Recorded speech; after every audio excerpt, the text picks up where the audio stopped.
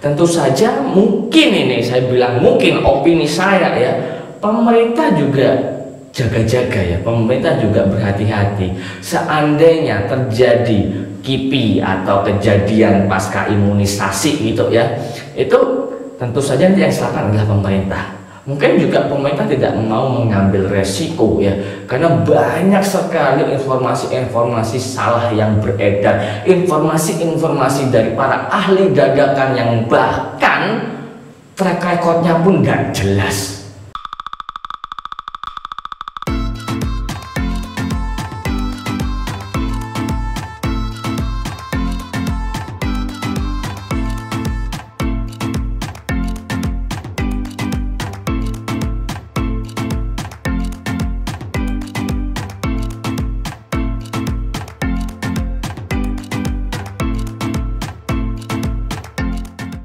Teman-teman, ketemu lagi dengan Dr. Gren. Kali ini Dr. Gren akan mulai membahas hal-hal yang banyak dipertanyakan oleh teman-teman semuanya ya. Jadi di beberapa kolom komentar tentang vaksin nih ya, teman-teman banyak bertanya nih, Dok, boleh nggak ibu hamil ini vaksin? Dok, mengapa sih ibu hamil nggak boleh vaksin? Oke, kalau mempertanyakan masalah ibu hamil, maka saya mengacu dari surat dari WHO ya. Di sini ada beberapa penjelasan dari WHO tentang vaksin. Jadi begini ya teman-teman, yang kita pakai saat ini adalah vaksin Sinovac. Vaksin Sinovac ini merupakan vaksin yang berasal dari virus yang inaktif. Dan efektivitasnya untuk ibu hamil sebenarnya sama dengan efektivitas pada ibu-ibu atau orang-orang yang tidak hamil. Dan juga ada penelitian dari DART atau Developmental and Reproductive Toxicology pada hewan coba yang lagi hamil ini masih aman. Lah, kenapa kok pada hewan coba?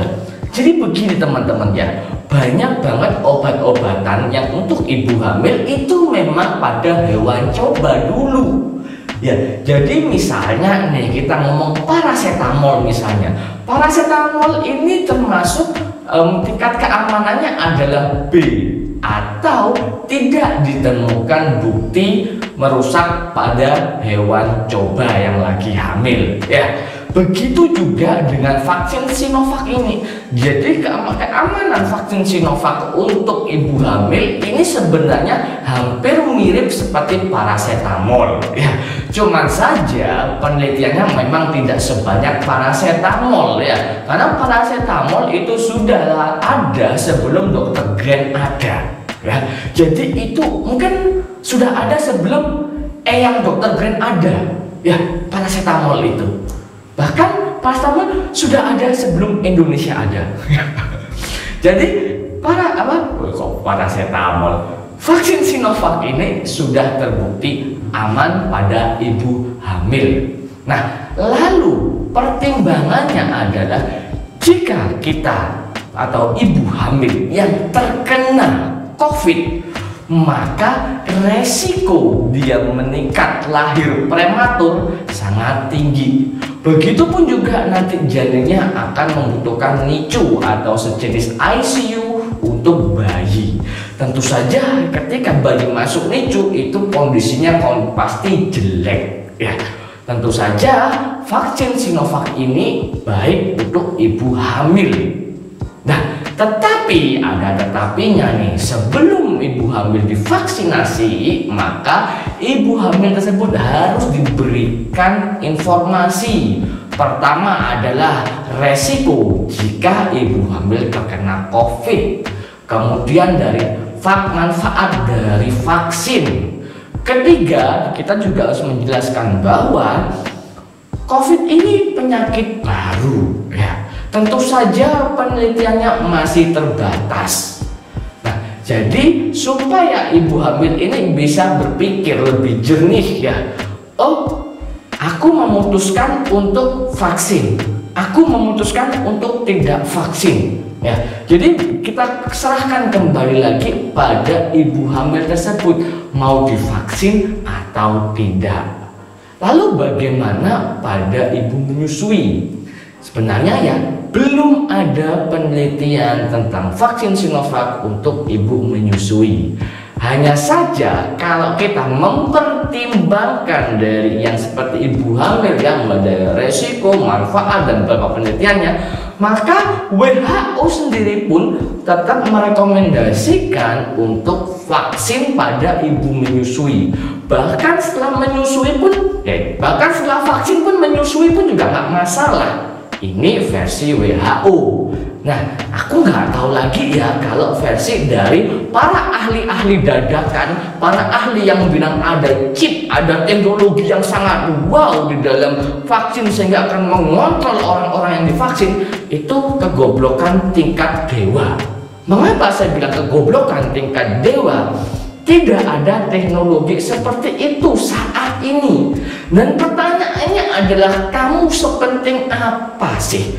Kamu sesultan apa sih sampai pemerintah atau kami sebagai tenaga medis ini berusaha untuk meracuni atau mengontrol kamu? Kamu tuh sok penting banget lah ya, para ahli-ahli dadakan tersebut yang memberikan informasi-informasi yang sangat-sangat salah.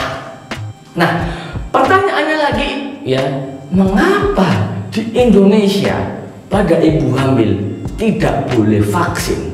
Ya, kembali lagi tadi ya, kultur dari warga Indonesia.